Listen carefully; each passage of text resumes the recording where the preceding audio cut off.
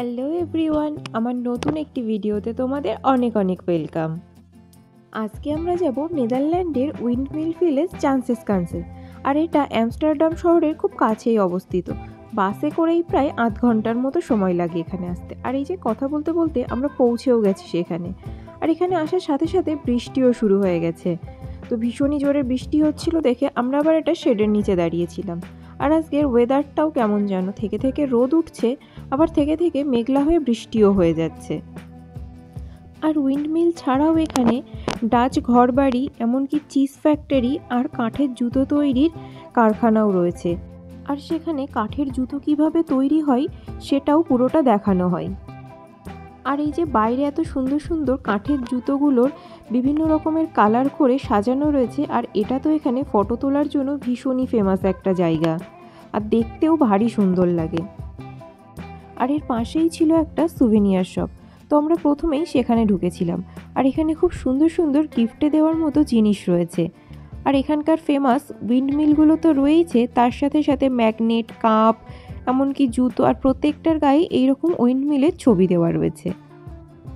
এমনকি এখানে উইন্ডমিল দেওয়া চাবি রিং বা উইন্ডমিলের ছবি আঁকা কাপ, প্লেট, ট্রে, এমনকি টেবিল ম্যাটও রয়েছে।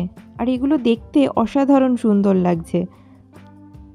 আর এই সুভেনিয়ার শপটা ঘোরার পরে তারপর আমরা গিয়েছিলাম ক্লক ফ্যাক্টরিতে। সেখানে কিভাবে এই কাঠের জুতো বানানো হয় সেগুলোই এখানে দেখানো হয়ে থাকে। আর এখানে তো প্রচুর রকমের কাঠের জুতো, তার উপরে বিভিন্ন ধরনের নকশা আঁকা জুতো, সেই সমস্ত এখানে সাজানো রয়েছে।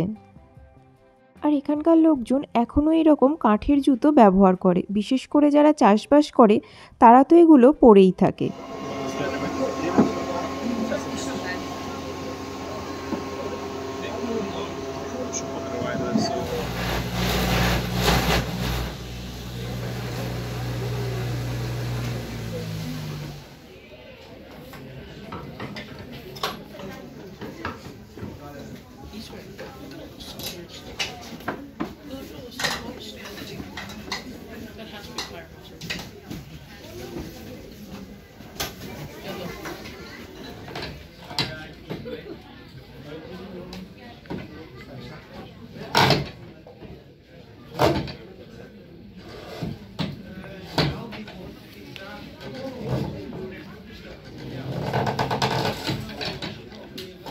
The most important one, wear them just because they are very charming, as you can see.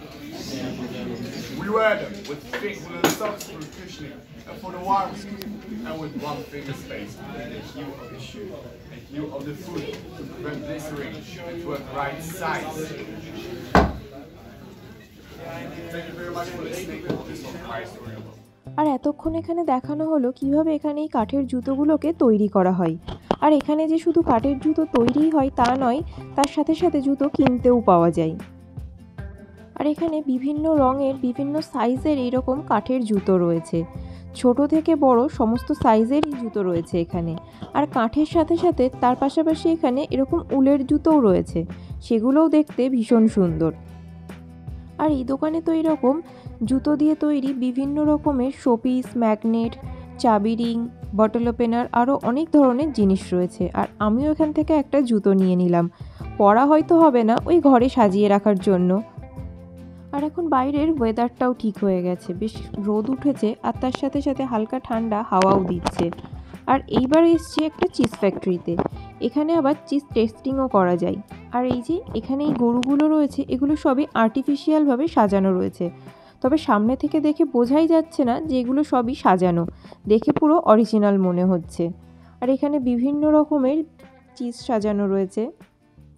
আর এই চিজগুলো এখানে আবার বিভিন্ন শেপেরও হয়ে থাকে, কোনোটা গোল, কোনোটা আবার তিনকোনা, দেখতে খুব সুন্দর লাগে। আর এখানে চিজ টেস্ট করেও দেখার সুযোগ রয়েছে।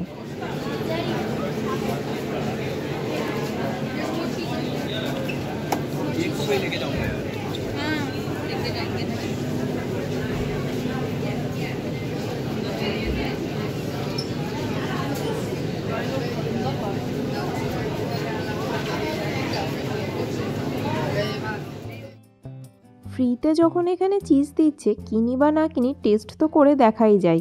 আর এখানে অনেকগুলো চিজ টেস্ট করে দেখার পর একটা বেশ আমার ভালোই লেগেছিল খেতে, তাই সেটাকে টেস্ট করার পর কিনেই ফেললাম। যদিও আমার চিজ খেতে খুব একটা ভালো লাগে না, তবে এখানকার লোকজন এখানে প্রচুর চিজ খায়।